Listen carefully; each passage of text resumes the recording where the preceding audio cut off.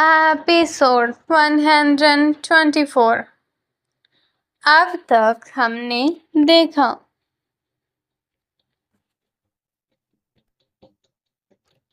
विवेक Singhania villa पहुंचकर प्रेम से माफी मांगने लगता है, लेकिन प्रेम उसे इग्नोर करके अपने रूम की तरफ जाने लगता है कि तभी अदिति और बाकी सब उसे रोककर समझाने लगते हैं। अब आगे अदिति प्रेम को समझाती है कि वह जो चाहे फैसला ले, लेकिन एक बार ठंडे दिमाग से सोच ले, लेकिन ताकि उसे अपने फैसले पर फिर कभी पछतावा न हो। प्रेम एक नज़र सबकी तरफ देखता है, फिर खुद सोचता है और सीढ़ी से नीचे उतरकर शालिनी के पास चला जाता है और उसके सामने खड़े होकर उससे कहता है, मैं तुमसे जानना चाहता हूँ, क्या तुम सच में उसे माफ कर दें या फिर सिर्फ इसलिए कह रही हो ताकि हमारे बीच सब ठीक हो जाए। शालिनी प्रेम की बात का मतलब अच्छे से समझ रही थी, इसलिए उसने एक नज़र विवेक को देखा और फिर कहा, प्रेम, गलती हर कोई करता है और विवेक ने भी की है, लेकिन उसकी एक गलती के पीछे हम बाकी सब कुछ तो नहीं बोल सकते ना। और वैसे भी अब सच यही है कि मेरी और विवेक की शादी हो गई है और अब मैंने सोच लिया कि अब मैं अपनी कहानी की नई शुरुआत करूँगी, सब कुछ भूलकर, क्योंकि पुरानी बातें सिर्फ तकलीफ देती हैं और नई शुरुआत खुशी। और मैं अब अपनी ज़िंदगी में सभी दुखों को दूर करके खुशियों को अपनाना चाहती हूँ। आज तक मैं कभी आगे नहीं बढ़ी इस रिश्ते में, क्योंकि मैंने कभी विवेक को माफ़ नहीं किया था और ना ही मैं चाहती थी कि तुम्हें कोई तकलीफ हो जाऊँ। फिर एक नज़र अदिति की तरफ देखकर, लेकिन अब मुझे लगता है मुझे इस बारे में ज़्यादा नहीं सोचना चाहिए और एक नई शुरुआत करनी चाहिए, और अब मैं करूँगी। और मैं तुमसे भी यही चाहती हूँ, तुम्हें जो जानना था मैंने वो बता दिया, अब आगे का फैसला तुम्हारा है। प्रेम एक नज़र शालिनी को देखता है, जिसके बाद वह एक बार फिर एक नज़र सबको देखकर विवेक की तरफ देखता है और अपनी बाहें फैला देता है। वहीं विवेक ये देखकर रोते हुए से गले लगा लेता है और गले लगे हुए ही उससे कहता है, मैंने तुम्हें बहुत मिस किया प्रेम, बहुत। जिसे सुनकर प्रेम कहता है, चल झूठे, अगर इतना ही मिस किया होता तो आया क्यों नहीं। जिसे सुनकर विवेक कहता है, अक्सर मन करता था, बहुत कुछ चाहते हैं, लेकिन हमारे सामने हमारे ही गुरूर की एक दीवार खड़ी होती है, जिसे हम चाहकर भी पार नहीं कर पाते।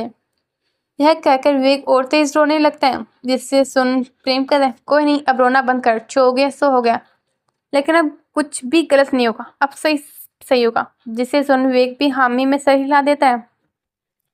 दोनों एक दूसरे को काफी देर तक ऐसे ही गले लगे रहते हैं। जिस वहीं बाकी सभी की भी आंखों में उन्हें देखकर आंसू आ जाते हैं। प्रेम की नजर सबकी तरफ जाती है, जिसके बाद वह एक बार फिर अपने हाथों को खोलता है और सबको आने का इशारा करता है। वहीं सब लोग उसका इशारा पाकर उसके गले लग जाते हैं।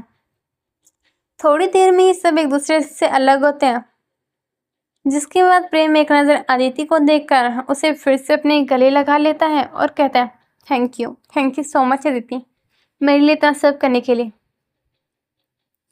प्रेम की बात सुनकर अदिति हल्की स्माइल के साथ कहती है, मैंने अकेले नहीं किया, ये सब इसमें सबने मेरे साथ दिया है, इसलिए थैंक यू कहना तो सबको को।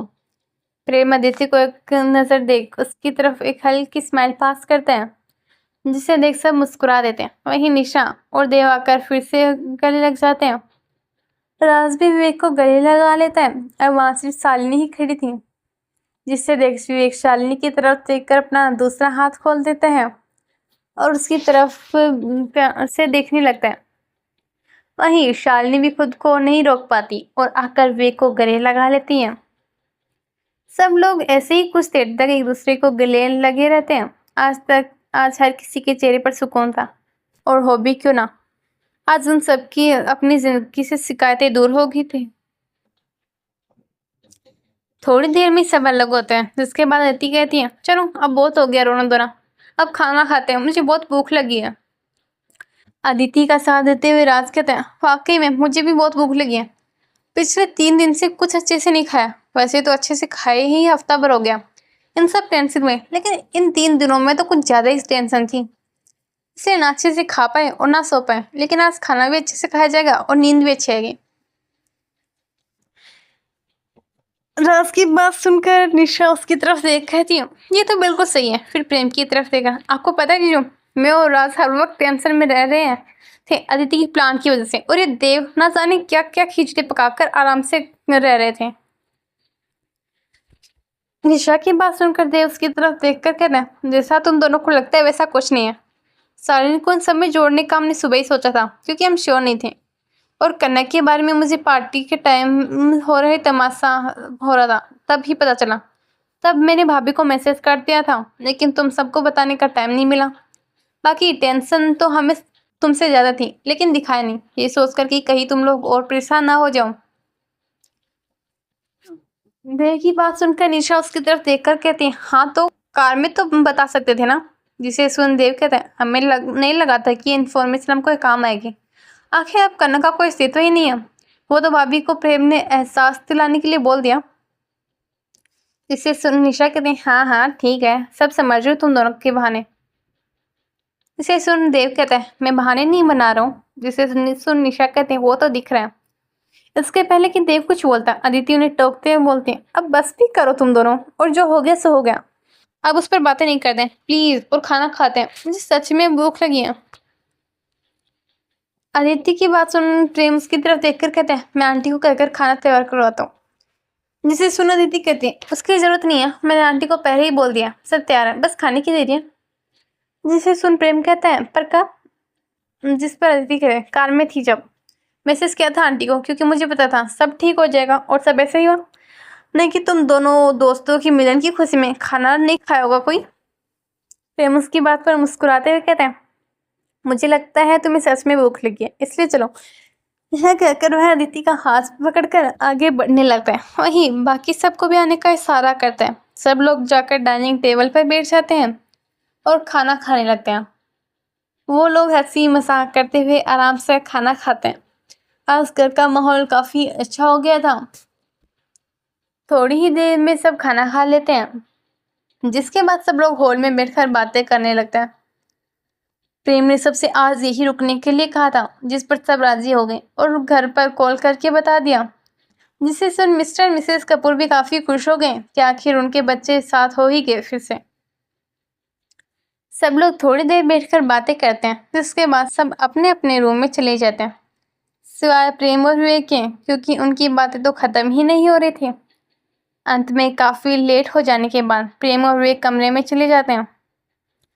विवेक अपने रूम में आकर देखता है तो शालिनी आराम से बेड पर सो रही थी। जिसे देख उसके चेहरे पर मुस्कुराहट आ जाती है और वह बेड के एक साइड में आकर सो जाते हैं। वही प्रेम जब रूम में आता है तो देखता है कि अदिति सो चुकी है। वह उससे प्यार से देखते हुए जल्दी से वॉशरूम की तरफ जाता है और शावर लेकर आता है और उस अदिति के पास लेटते हुए उसके माथे पर किस करते हुए कहते हैं, thank you Aditi, thank you हर उस चीज़ के लिए जो तुमने मेरे लिए किया, और सबसे ज़्यादा थैंक यू मेरी ज़िंदगी में आने के लिए। यह कहकर वह एक बार फिर उसके माथे पर किस करता है और उसे अपनी बाहों में भरकर सो जाता है। वहीं अदिति के चेहरे पर सोते हुए ही प्रेम के एहसास से मुस्कुराहट आ जाती है। सब लोग बेफिक्र हो कर सो चुके थे, कल से अनजान होगा। आज हर किसी के चेहरे पर सुकून था और वह उसी सुकून भरी नींद में सो चुके थे। ऐसे ही रात ढलती है और सुबह होती है। आज का दिन काफी खुशनुमा लग रहा था और सब सुबह जल्दी उठकर तैयार होकर नीचे हॉल में आकर बैठ गए और बातें करने लगे। थोड़ी ही देर में नाश्ता तैयार हो गया, जिस पर सब डाइनिंग टेबल की तरफ बढ़ गए। बस सब उस तरफ जा ही रहे थे कि तभी एक गार्ड भागते हुए अंदर आता है और कह रहे हैं, सर वो बाहर एक आदमी आया है। जिसे सुन प्रेम कहता है, कौन है? प्रेम की बात सुनकर गार्ड कहते हैं, सर हमें नहीं पता, लेकिन वो खुद को अदिति मैम का पिता कह रहे हैं, इसलिए हमने उसे हाथ तक नहीं लगाया, इसलिए प्लीज एक बार आकर देख लीजिए। गार्ड की बात सुनकर अदिति जल्दी से बाहर की तरफ जाती है। वहीं बाकी सब भी बाहर की तरफ जाते हैं। अदिति बाहर जाकर देखती है कि सामने गोवर्धन जी खड़े हैं, जिनके चेहरे पर गुस्सा साफ से लग रहा था। वह गुस्से की वजह से उनके हाथों की नस तन चुकी थी। अदिति उन्हें देखकर कहती है, पापा। वहीं गोवर्धन जी अदिति की तरफ देखते ही उसकी तरफ बढ़ने लगती हैं। वहीं अदिति के मुंह से पापा शब्द सुनने के बाद अब कोई उन्हें नहीं रोकता और आगे जाने देता है। वहीं गोवर्धन जी सीधा अदिति के पास आते हैं और उसके गालों पर एक जोरदार थप्पड़ लगा देते हैं। वहीं बाकी सब हैरानी से ये सब देखने लगते हैं। हे डियर लिसनर्स, कैसा लगा आपको आज का पार्ट जरूर बताना। और आपको क्या लगता है, क्यों है गोवर्धन जी इतना गुस्सा और क्या होगा अब जानने के लिए बने रहे मेरे साथ इस कहानी में। तो चलिए जल्द मिलते हैं अगले पार्ट में, तब तक के लिए बाय बाय।